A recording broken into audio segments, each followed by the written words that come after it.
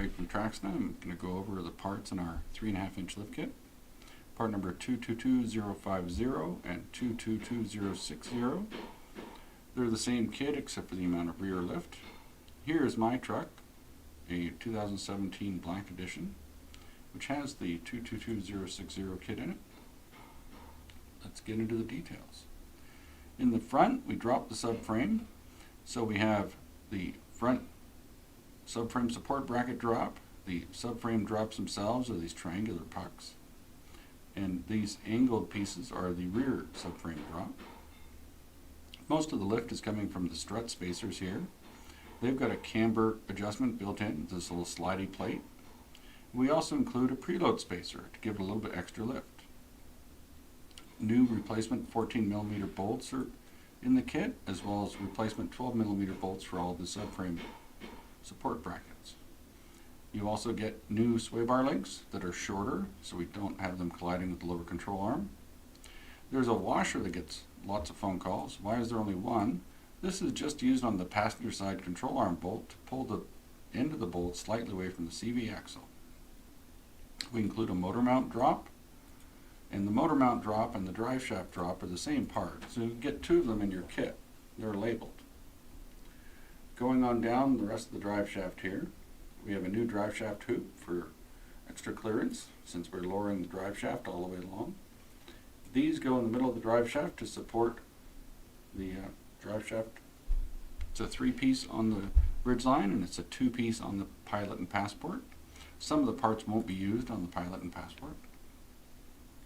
In the rear, we're also dropping the subframe, so again, new bolts for the subframe and subframe support brackets, and then this part marked 3-4 goes in position 3 and 4 on the subframe to drop it 1 inch, and the triangular pucks are again used in the rear.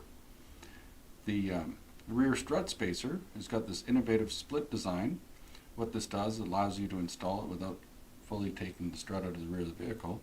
And when we make it, we make 4 parts that are essentially upside down from each other. So they look identical, but then you install them in this configuration.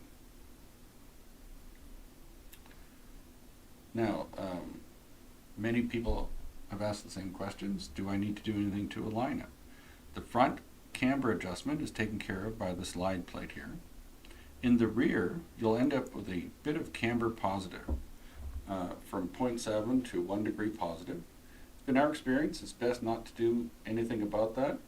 If you put in camber correcting ball joints, what you'll find is the tire will hit your sway bar, and then also you'll find it challenging to get the toe set on the rear. So our recommendation is to not do that. Let the tires have a little bit of extra camber. And on my truck, it didn't give me any bizarre tire wear. My truck is using 255/70 18 tires on the stock wheels with a 1-inch wheel adapter. I do have the axle relocation kit. You can see that the front tire is pushed slightly forward, and that helps me run that size of tire. The installation time on this kit is 8 to 9 hours, and you will need an alignment after that. It fits all of the ridge lines up to 24. It fits up to the 22 Passport. It does not fit the new chassis. Hope you find that useful, and then you can find this on our webpage. Just search for 222050 or 222060.